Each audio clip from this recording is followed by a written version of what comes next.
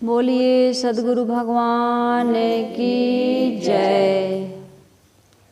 प्रातः स्मरणीय विश्व वंदनीय संत सम्राट सद्गुरु कबीर देव जी का यह कहत कबीर भजनों का संकलन नाम की पुस्तक आप सभी के बीच कबीर आश्रम देवरी चैनल से रखी जा रही हैं। सबसे पहले सत्संगी भाई बहनों को सुबह की हार्दिक शुभकामनाएं। आज का दिन आप सभी के लिए सुखद एवं मंगलमय हो। आज सद्गुरु कबीर साहब जी का जो पद है उसमें यह बताया गया है कि सद्गुरु से गुरु से लगन, लगन अर्थात प्रेम, उनसे जो डोरी लग जाती है, प्रेम लग जाता है, वह बहुत कठिन है उसको निभाना। कठिन नहीं है लेकिन लोगों के लिए कठिन है। क्यों कठिन है? क्योंकि वो संसार की विषय शक्ति में पड़े होने से परमार्थ पथ में एक रस नहीं चल पाते हैं। इस कारण से उनको कठिन लगता है। लेकिन जिनको लाभ समझ में आया गुरु की शरणागति या गुरु से प्रेम या गुरु की भक्ति करने में, तो वो दुनिया संसार की किसी भी विघ्न बाधा, किसी भी हानि से वो इस मार्ग को, गुरु की भक्ति को नहीं छोड़ते हैं। इतिहास में ऐसे बहुत सारे लोगों के नाम हैं। तो यहाँ पर कई लोगों का उदाहरण दिया गया है कि हमें गुरु से लगन कैसे हमेशा आजीवन बना करके चलना चाहिए। उनके प्रति समर्पण, उनके प्रति भक्ति, उनके प्रेम में कैसे हमें अपने आप को समर्पित करना चाहिए। इसमें कई उदाहरण इस पद में, इस भजन में कबीर साहब ने दिए हैं। तो उन भजनों को, इन उदाहरणों को हम हृदयंगम करते चलेंगे तो हमारा भी कल्याण निश्चित है। कल्याण क्या, दुखों से मुक्ति मैं बार बार कहती हूँ। तो इस भजन को मैं आपके बीच रखूं। गुरु से लगन कठिन है रे भाई, बहुत मार्मिक और प्रसिद्ध पद है। लोग गाया करते हैं, गुरु से लगन कठिन है रे भाई। बहुत अच्छे से गाया है। कई भजन गायकों ने इसको, आप यूट्यूब पर भी सर्च करके सुन सकती हैं। गुरु से लगन कठिन है रे भाई, लगन लगे बिनु काज न सरी हैं। लगन लगे बिनु काज न सरी हैं, जीव पर लय हो जाई। गुरु से लगन कठिन है रे भाई। अब उदाहरण शुरू कर रहे हैं सद्गुरु कबीर साहब। स्वाति बूंद को रटे पपीहा, है ना, पिया पिया रट लाई, प्यासे प्राण जात हैं अबहीं, और नीर नहीं भाई। और नीर उसको प्रिय, भाई मतलब ये भाई नहीं, प्यार भाता नहीं है, सुहाता नहीं है, पसंद नहीं आता। तजी घर द्वार सती होए निकली, सत्य करन को जाई, पावक देख डरे नहीं तनिको, कूद परे हर साई। गुरु से लगन कठिन है रे भाई। दो दल आए जुड़े रण सन्मुख, सूरा लेत लड़ाई, टूक टूक होए गिरे धरनी पे, खेत छाड़ नहीं जाई। गुरु से लगन कठिन है रे भाई। अब तीसरा उदाहरण दे रहे हैं। चौथा है स्वाति बूंद पपीहा का हो गया, सती का हो गया, सूरवीर का हो गया। चौथा उदाहरण है मृगा नाद शब्द के भेदी, शब्द सुनन को जाई, सोई शब्द सुनी प्राण दान दे, नेक न मनहि डराई। गुरु से लगन कठिन है रे भाई। साहेब कह रहे छाड़हूं अपनी तन की आशा, निर्भय होए गुण गाई, कहत कबीर सुनो भाई साधो, नहीं तो जन्म नसाई। गुरु से लगन कठिन है रे भाई। लगन का अर्थ मैंने अभी बताया, प्रेम, श्रद्धा। यहाँ एक शब्द आया है, खेत का शब्द आया है ना, सूरा के बारे में। टूक टूक होए गिरे धरन पे, खेत छोड़ी नहीं जाई। खेत का अर्थ है यहाँ युद्ध स्थल, रण क्षेत्र। तो इस पद में गुरुदेव जी ने भावार्थ दिया है, हे भाई। ये भाई के लिए बस नहीं है, बहनों के लिए भी है। स्त्री और पुरुष का इसमें कोई भेद नहीं है। क्योंकि स्त्री हो या पुरुष संसार के दुख तो सभी को एक जैसे हैं, है कि नहीं? स्त्रियों को बल्कि और ज़्यादा दुख है, परवस्था का दुख, बंधन का दुख और घर गृहस्थी की। पुरुष तो एक बार विरक्ति लेकर के साधना या स्वतंत्रता का अनुभव कर सकता है, लाभ ले सकता है, लेकिन स्त्रियों के लिए बहुत बंधन है। नरक का द्वार ये स्त्री का शरीर ही, तो इसको तो और ज़्यादा अपने संयम साधना की आवश्यकता है और बढ़िया से पवित्र निर्मल जीवन, स्वतंत्र जीवन जिए। इसके लिए स्त्रियों को भी पहल करनी चाहिए। गुरु शरणागति में जा करके जीवन के मर्म को, रहस्य को जान करके अपने आप को वासनाओं से मुक्त करके देह बुद्धि से ऊपर उठ करके संयम साधना, आत्मोन्मुख हो करके अपने आप का कल्याण करना चाहिए। तो यहाँ लिखा है, हे भाई गुरु से लगन कठिन है। रे भाई, अब कबीर साहब ने भाई को कहा है, तो अर्थ यहाँ पर दिया गया, हे भाई परमार्थ पथ प्रदर्शक सदगुरु से प्रेम श्रद्धा लगाना और जीवन भर उसे निभाना कठिन है। यहाँ भाई कहे तो लोग भाई ही का अर्थ न लगा लें, बहनों को भी ये बात, स्त्री या पुरुष दोनों में एक जैसे जीव विद्यमान है और दोनों को बंधन है, बल्कि स्त्रियों को ज्यादा है। और स्त्रियों में एक बात और है, स्त्रियां सरलता से इस बंधन का त्याग साहसी हैं। इनको इस कदर से काम वासना या और प्रकार के मनोविकार, क्योंकि इनका स्वच्छंद या स्वतंत्र जीवन तो होता नहीं है, ये अपने आप को संयमित करने में बड़ी सहजता से आत्म कल्याण के मार्ग में, त्याग वैराग के क्षेत्र में कई ऐसी स्त्रियों के नाम आते हैं, जैसे लल दत्त कश्मीर की को कई ऐसी हैं, राबिया, अन्य मतों की भी। कौन मीना सा है? तो ऐसे इसमें ये बताया गया, इसमें कह रहे हैं सदगुरु कबीर साहब, ध्यान भटक जाता है, परंतु उनके चरणों में पूर्णतः समर्पित हुए बिना जीव का कल्याण नहीं हो सकता है। अब गुरु की शरणागति के बिना कोई चाहे कि हमारा कल्याण हो जाए, तो इतना समर्थ सभी लोग नहीं होते।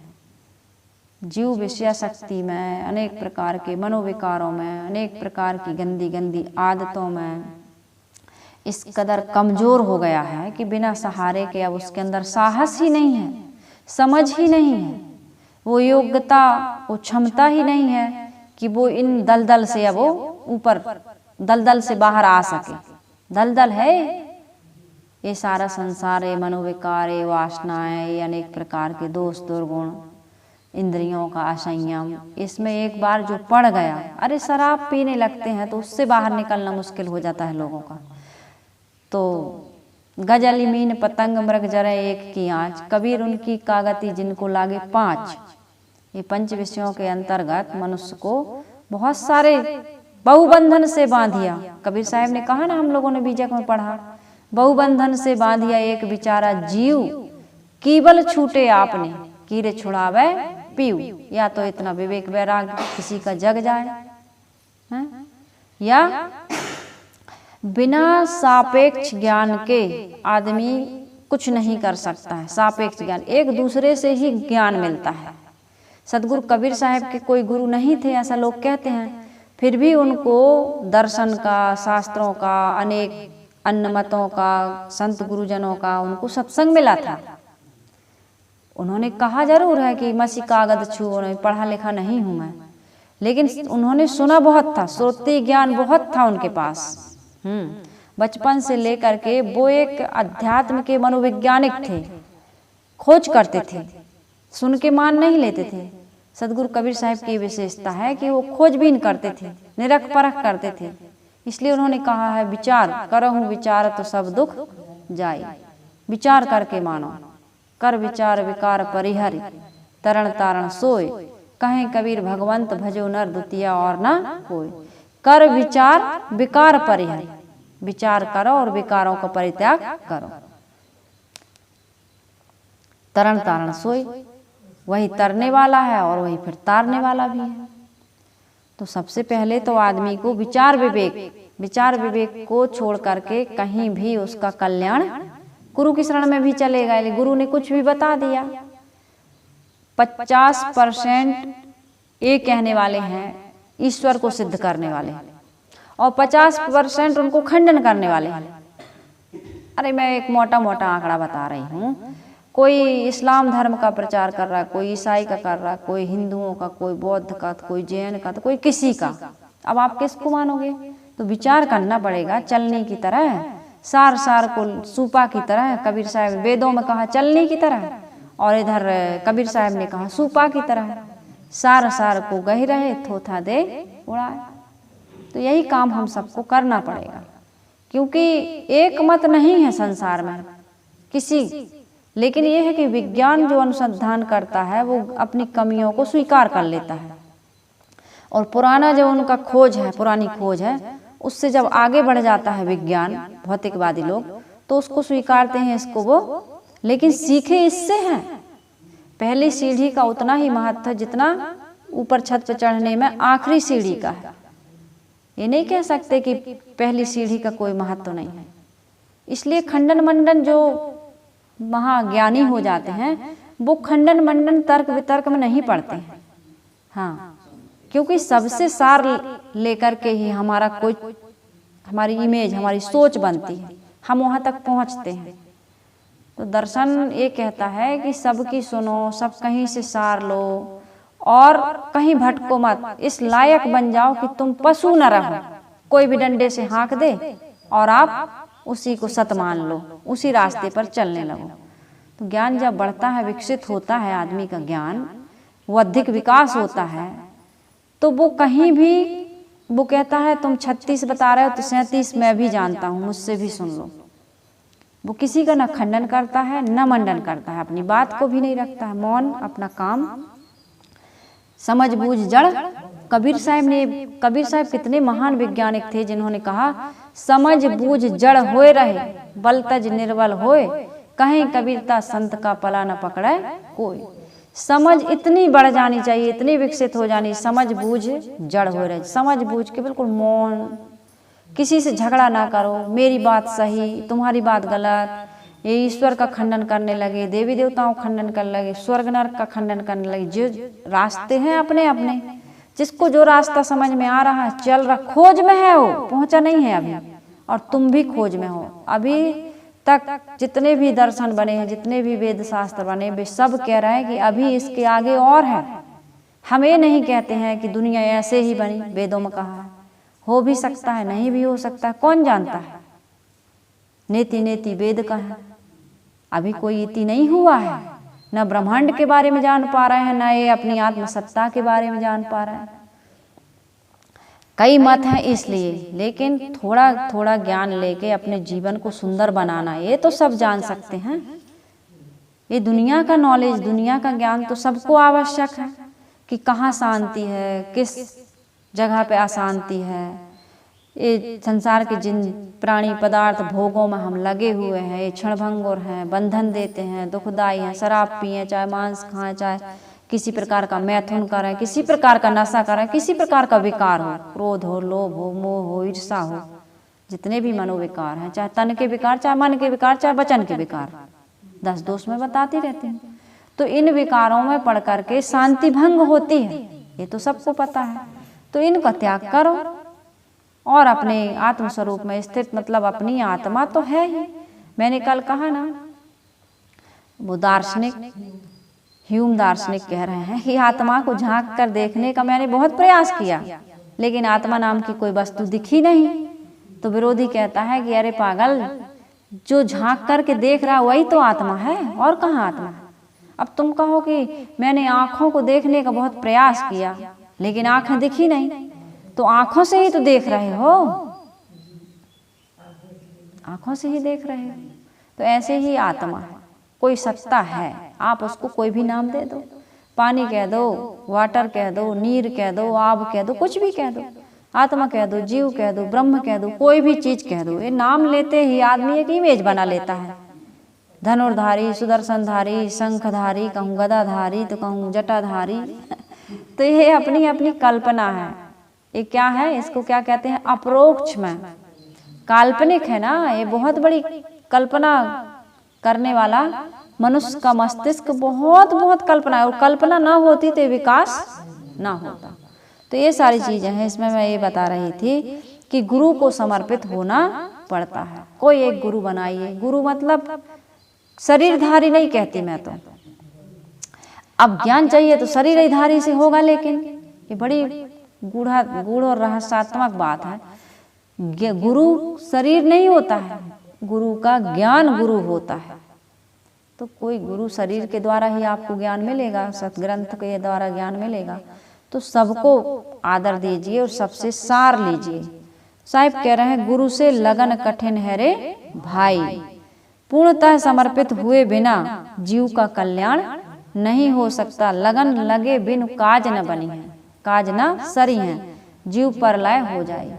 यदि कल्याण का कार्य करना है, आत्म शांति का काम करना है, जीवन मुक्ति का काम करना है, दुखों से निवृत्ति का काम करना है, निर्भयता और शांति का काम करना है, झंझट को आपको मिटाना, बंधनों से मुक्ति पाना है, ये काम करना है, ये आपका काज है। ये तब तक नहीं सरेगा, तब तक पूरा नहीं होगा जब तक गुरु की शरण में आप, गुरु अर्थात कोई, मैंने कहा छापा तिलकधारी नहीं, गुरु मतलब ज्ञान, पूर्ण ज्ञान रहनी और बोध संपन्न गुरु की शरण लिए बिना आपका कल्याण हो नहीं सकता। गुरु नाम पर बहुत भटकाया गया है, गुरु नाम पर लोगों को बहुत भटकाया गया है।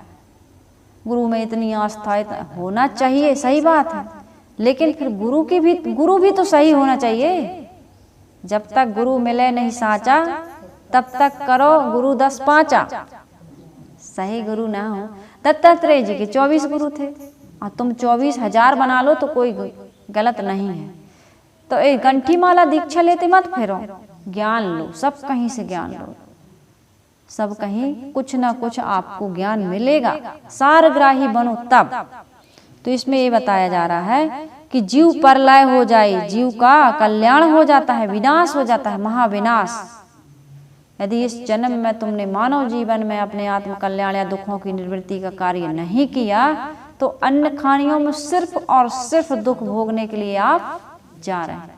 कल हम लोगों ने देखा गाय कैसे तड़प रही थी, गाय तड़प रही है, परेशानी हो रही है, अन्य उसके ही बच्चे जन्माए हुए या उन्हीं के साथ रात दिन और पशु बंधे वहाँ, उनको कोई मतलब नहीं, घास चर रहा है, देखने सूंघने भी नहीं जा रहा, जा भी कैसे सकते हैं, वो भी बंधे हैं। तो ऐसे खुरुच खुरुच के मर जाएंगे, फिर वहाँ मच्छर काटेंगे, गर्मी लगेगी, भूखे प्यासे रहेंगे, अन्य पशु मार देंगे। कुतिया को देखो, बिल्ली को देखो, अन्य जानवरों को देखो, 6 माही तिमाही बच्चे ही पैदा करते रहते हैं। क्या है उनका प्रजनन और पेट भरना, उसके अलावा कुछ नहीं, कोई विकास नहीं, कोई दुखों से मुक्ति का वहाँ संभावना नहीं।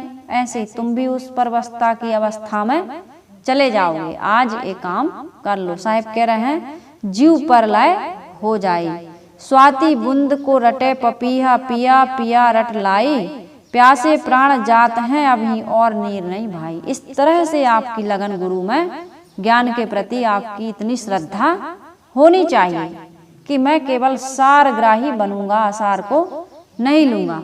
इसमें बताया है, स्वाति नक्षत्र के जल की बूंद पाने के लिए पपीहा पीऊ पीऊ रटता है। वह प्यास से तड़पता है और तड़प करके भले प्राण छोड़ दे, परंतु स्वाति नक्षत्र के अलावा किसी नक्षत्र का जल पीता नहीं है। इसी प्रकार जिस जिज्ञासु को, साधक को अनंत शांति प्रिय हो जाती है, वह संसारिक इच्छाओं को त्याग कर आत्मज्ञान और आत्म साधना के लिए वैराग्यवान सदगुरु के चरणों में पूर्णतः समर्पित हो जाता है। इसके अलावा उसे कुछ भी अच्छा नहीं लगता। कहीं बंधो मत, स्वतंत्र होकर के अपना काम करो, बंधो मत, बंधने की क्या जरूरत है।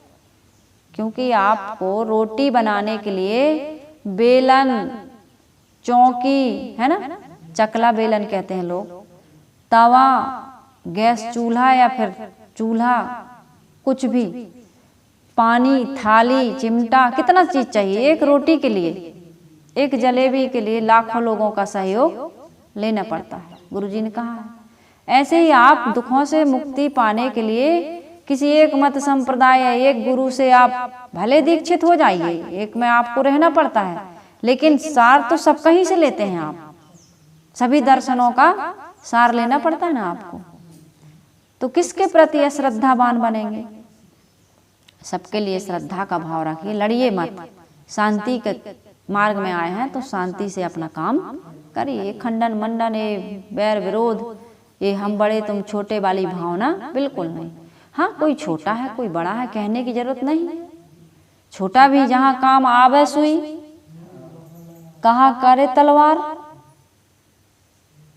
रहीमन देख बड़ेन को लघु न दीजे डार, जहाँ काम आवे सुई कहा करे तलवार।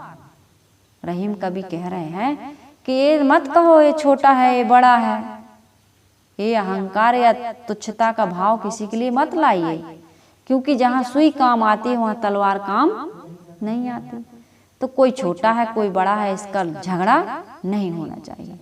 जो जहाँ है उसको प्रेम से समझाइए और बताइए, शांति से आप और प्रेम से उसको सही रास्ते पर लाने के लिए मार्गदर्शन कर सकते हैं। कोई किसी को मार्गदर्शन कर सकता है लेकिन उसको ला नहीं सकता है। आज तक एक मत हुआ संसार में, सब चिल्ला रहे हैं, सब लड़ झगड़ रहे हैं, फिर तुम्हारे अध्यात्म पथ में या धर्म के क्षेत्र में आने का मतलब क्या हुआ? तुम अपनी ही लकीर खींचे जा रहे हो, अपनी ही लकीर खींचे जा रहे हो।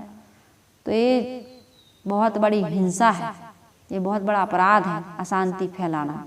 कितनी स्त्रियां, दूसरा उदाहरण दे रहे हैं साहिब जी कि कितनी स्त्रियां पति के मर जाने पर उसके दैहिक मोह में उसके मृत शरीर के साथ जल मरने के लिए घर से निकल पड़ती है। 600, 650, 600 साल वर्षों के पहले की बात है। उस समय सती प्रथा रही होगी। इसमें कहा है, तज घर द्वार सती होय निकली, सत्य करन को जाई, पावक देख डरे नहीं तनिको, कूद परे हरसाई। उस समय सती प्रथा चल रही होगी जिस समय की सदगुरु कबीर साहब ने बात की है कि कितनी स्त्रियां पति के मर जाने पर दैहिक मोह में उसके मृत पति के साथ जल मरने के लिए घर से निकल पड़ती हैं। अच्छे सुनिए, नींद आ रही? वे समझती हैं कि उनके लिए यही कल्याण का सत्य पथ है। वे समझती हैं आत्मदाह कर देना ही मेरे सतित्व की सबसे बड़ी उपलब्धि है। मैं ऐसे चलती हुई आग में, चिताग में पति के साथ जल जाऊंगी तभी मेरा लाभ है। तो ऐसा सदगुरु कबीर साहब कहते हैं, ऐसी स्त्रियां चिता की आग को देखकर किंचित भी डरती नहीं, प्रत्युत हर्षित होकर उसमें कूद पड़ती हैं। और जिनका सतित्व कच्चा है वो तो आग देख के भागती हैं। आग में जलना कोई सहज बात नहीं है। ये ज्ञान की आग में कहते हैं अपने अंदर का जो कचड़ा है वो पूरा जल जाता है और नंदन वन हरा भरा हो जाता है। मन एकदम, कचड़ा जब जलता है ज्ञान की आग में, ज्ञान की आग लगी कि सारा कीचड़ कचड़ा जल करके कांदो कीचड़ जल गया। और मछली खेले फाग उसमें आए ना, उलट बांसी में, ये सब आएंगे, पूरे पद आएंगे। पूरा इतना बढ़िया है कहत कबीर कि आत्मज्ञान से सराबोर, एक से एक उदाहरण, और हम सबको इस मार्ग में चलने की बहुत अच्छी अच्छी प्रेरणाप्रद सूक्तियां मिलेंगी। तो आप लोग सुनते रहिए इन बातों को और अपने जीवन में धारण करते रहिए। तो ऐसी स्त्रियां चिता की आग को देखकर किंचित भी नहीं डरती, प्रत्युत हर्षित होकर उसमें कूद पड़ती हैं। फिर उसे आत्म शांति का सच्चा लाभ दृढ़ता से जिसे जच जाता है, वह सारा सुखाध्यास एवं भोग ऐश्वर्य को छोड़कर सदगुरु की शरण में समर्पित क्यों ना हो जाए। उसको भी होना चाहिए। जब चिता में जल मरने पर उसको लाभ समझ में आ रहा है, तो जहाँ सचमुच में जहाँ हमारे अंदर की जो आग लगी हुई है मनोविकारों की, उसको बुझाने के लिए हमें सदगुरु की शरण में जाने में कौन सा अवरोध है बताइए? कोई सोचने की बात है? इसमें कहा गुरु से करमेल गंवारा का सोचत बारंबार। कल हम लोगों ने पढ़ा, कितना बढ़िया उदाहरण दिया। बारंबार क्यों सोच रहे हो? अच्छा काम करने के लिए बारंबार सोचा जाता है, मुहूर्त निकलवा जाता है, लोगों से सलाह लेते हैं। और गलत काम करने के लिए किसी से सलाह लेते हैं? चोरी करना, हिंसा करना, व्यभिचार करना, बलात्कार करना है, नहीं लेते सलाह। बस करना है तो सहयोगी मिल जाते हैं और उनमें भी मिल जाते हैं। तो सदगुरु कबीर साहब तीसरा उदाहरण दे रहे हैं। दो सेनाएं युद्ध के लिए आपस में भिड़ जाती हैं। दो दल आए जुड़े रण सन्मुख, सूरा लेत लड़ाई, टूक टूक हुए गिरे धरन पे, खेत छाड़ी नहीं जाई। तो दो सेनाएं युद्ध में जब आपस में भिड़ जाती हैं तब सूरवीर सिपाही का लक्षण क्या होता है? टुकड़े टुकड़े होकर के जमीन में गिर क्यों न जाए, हाथ काट दे, कोई पैर काट दे, कोई आपको घायल कर दे, परंतु वो रण क्षेत्र छोड़ करके भागते नहीं, पीठ दिखा करके वहां से वापस नहीं आते। इस कायागढ़ पर विजय प्राप्त करने के लिए जो साधक सदगुरु के लिए समर्पित हो जाता है, साधना के लिए समर्पित हो जाता है, वह साधना का रण क्षेत्र छोड़ करके भागता नहीं। भक्ति करे कोई सूरमा, जाति वर्ण कुल कोई।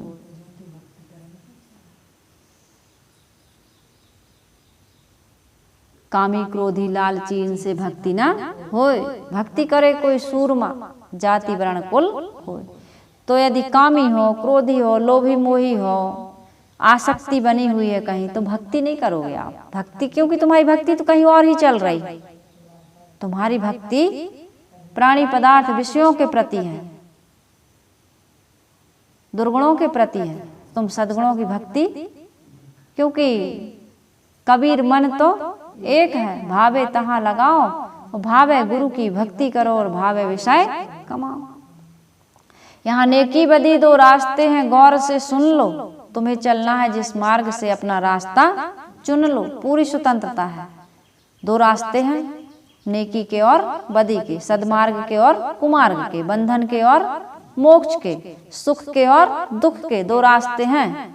तुम्हें जिस मार्ग से चलना है अपना रास्ता चुन लो। चुनने में तुम पूर्ण स्वतंत्र हो, कोई भगवान तुम्हें बाध्य नहीं करता है। ये स्वतंत्रता दे करके तुमको पैदा किया गया है। तो तुम्हें चलना है जिस रास्ते से अपना, तुम्हें चलना है जिस मार्ग से अपना रास्ता चुन लो, मगर चलने से पहले सोच लो। सोचता नहीं आदमी, बिना विचारे जो करे सो पीछे पछता है, पहले नहीं सोचता है। तुम्हें चलने से पहले सोच लो अंजाम क्या होगा।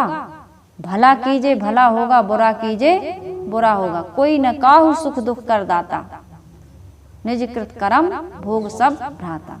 स्वयं कर्म करोत्तात्मा स्वयं तत्फल मस्मुते, स्वयं भ्रमति संसारे स्वयं तस्मात् मुच्यते। गीता भी कहती है स्वयं कर्म करता है आदमी, स्वयं बंधन बनाता है, और स्वयं यदि ज्ञान मार्ग पर चल करके मुक्ति का रास्ता तय कर ले तो बंधन से वो कौन बांधता है हमको।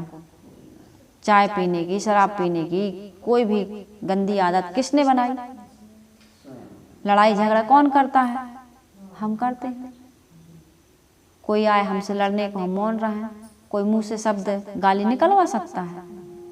बोले ही ना तो क्या करेगा? कोई लकड़ी डाल के निकलवाएगा तुमसे शब्द है? बोलो बोलो कह सकता है, लेकिन बोला नहीं सकता।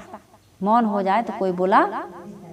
हम कोई गलत काम ना करें। एक व्यक्ति बता रहा था सच्ची घटना कि मैं रिश्तेदारों में गया तो वहाँ खाते पीते थे वो लोग, तो पार्टी चल रही थी, बुलाए मुझे भी, तो कहे तुम भी पियो तुम भी पियो। जबरदस्ती मेरे मुंह में शराब डाल दिए, महंगी वाली। तो मेरे मुंह में जब डाल दिए तो मैंने उन्हीं के ऊपर कुल्ला कर दिया। भाई तुम जबरदस्ती मेरे मुंह में डाल सकते हो, लेकिन अंदर तो घुट तो मैं ही करूंगा। और एक बार घुट किए तो फिर डालने वाले मिल जाएंगे, फिर तो तुम ही डालने लगोगे। कोई भी आप जब तक पियोगे नहीं तो मुंह में डाल सकता है, लेकिन अंदर तो तुम ही ले जाओगे, कोई दूसरा नहीं। तो इसी प्रकार से है, साहिब कह रहे हैं इसमें कि रण क्षेत्र छोड़ करके वो जाता नहीं। इसी प्रकार से साधना, संयम, आत्म बोध के लिए यदि आप समर्पित हो रहे हैं तो इसमें विघ्न भी आएंगे, कठिनाइयां भी आएंगी, तुमको छोड़ करके नहीं जाना है। इस मार्ग में नहीं आती क्या? भोग मार्ग में नहीं आती कठिनाइयां?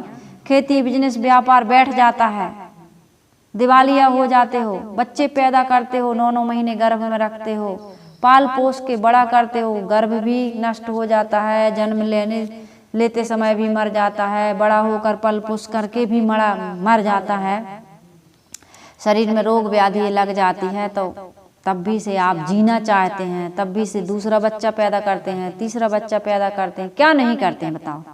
बिजनेस व्यापार फिर से शुरू करते हैं। तो इस मार्ग में जहाँ स्थायी लाभ होने वाला है, इसमें क्यों नहीं समर्पित होना चाहिए? इसमें तो समर्पित, इसमें निश्चित है।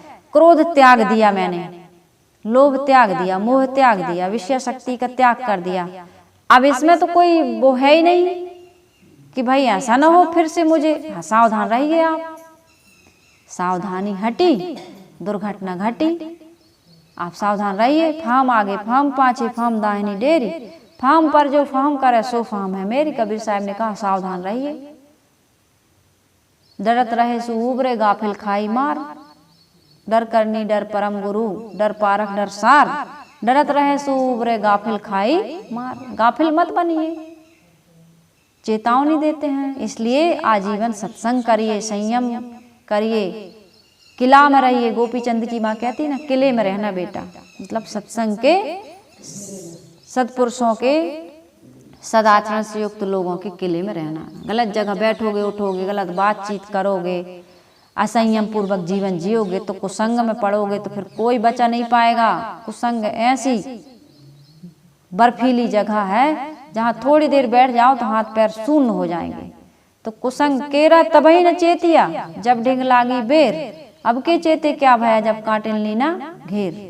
केला का पेड़ जब उग रहा है और वहाँ बेर का पेड़ भी उग आया, तो बेर के पेड़ को उसी समय उखाड़ दो, नहीं तो केले के पत्ते हिलेंगे और बेर के पत्ते उसको फाड़ फाड़ के चिंदी चिंदी कर देंगे। तो कुसंग का त्याग पहले से कर दो, सावधानी रखिए, तो आपका बाल भी बांका नहीं करने वाला कोई।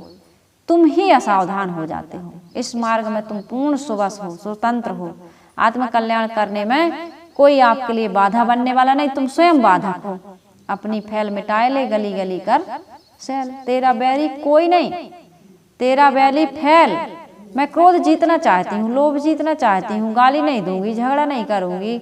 अब मेरे शरीर में किसी प्रकार का रोग है तो संयम मैं करूंगी। कोई मुझे खाने, नमक रोटी खा लूंगी, पानी पी लूंगी, खिचड़ी बना खा लूंगी, कोई भी चीज जबरदस्ती थोड़ी। बन गया था इसलिए खा लिए, मन था इसलिए खा लिए, बन गया था इसलिए नहीं खाए। मन था आपका इसलिए खा लिए, मन था आपका इसलिए चले गए, मन था आपका इसलिए आपने ये काम किया।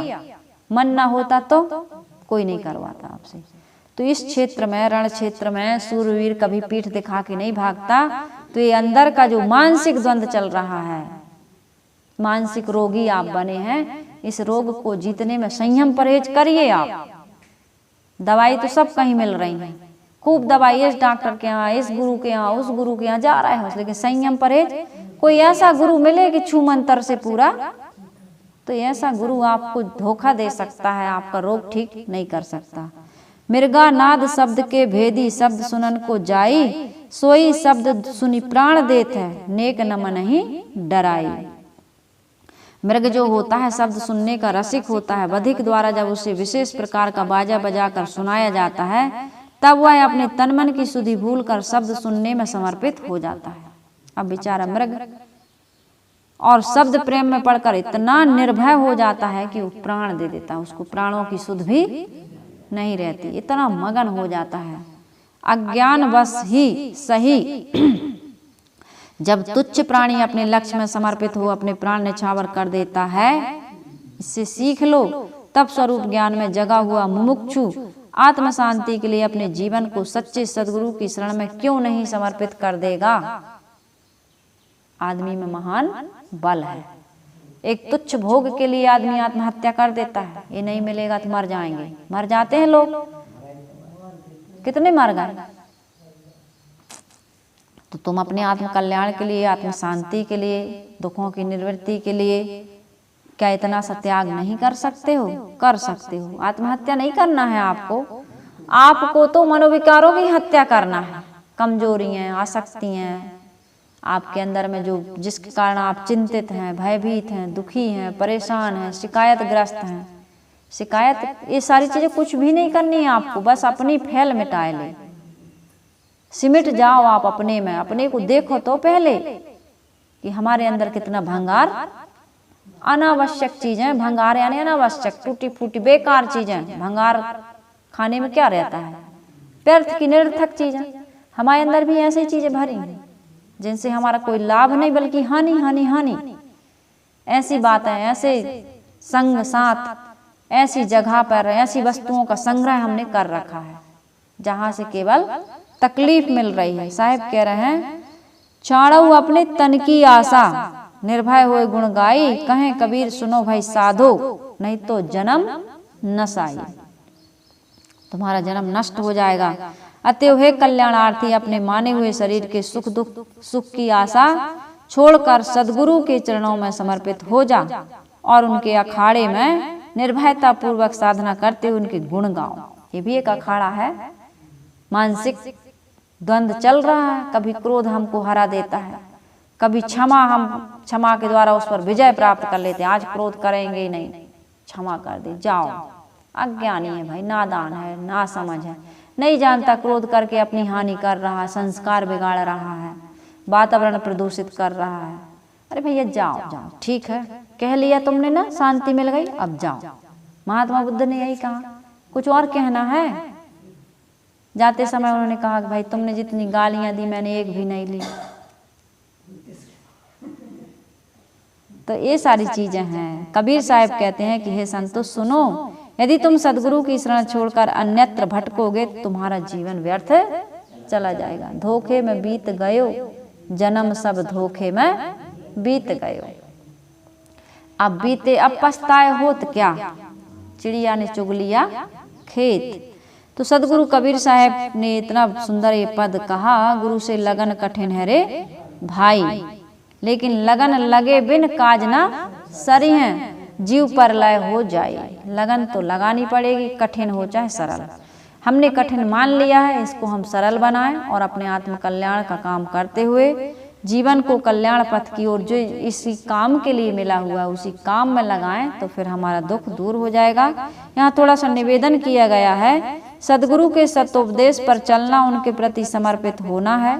मनुष्य विषयों का मोही है, इसलिए सदगुरु का पथ उसे कठिन लगता है विषयों का मोही होने से, परंतु जिसे शांति प्रिय होगी उसे गुरु मार्ग सरल लगेगा। बात यहाँ उदाहरणों की जो आई है, पपीहा पक्षी स्वाति बूंद पाने के लिए रटता है, यह एक कहावत है। यह कैसे माना जाए कि पपीहा वर्ष में केवल स्वाति नक्षत्र का ही जल पीता है? ये सब बातें अब कोई नहीं जानता है कि पपीहा ऊंट कितने दिन के लिए पी लेता है ना। सबकी अलग अलग क्षमता है। कई ऐसी प्रकृति में रहस्यात्मक घटनाएं हैं जिनको कोई नहीं जान सकता है, क्या है क्या नहीं है।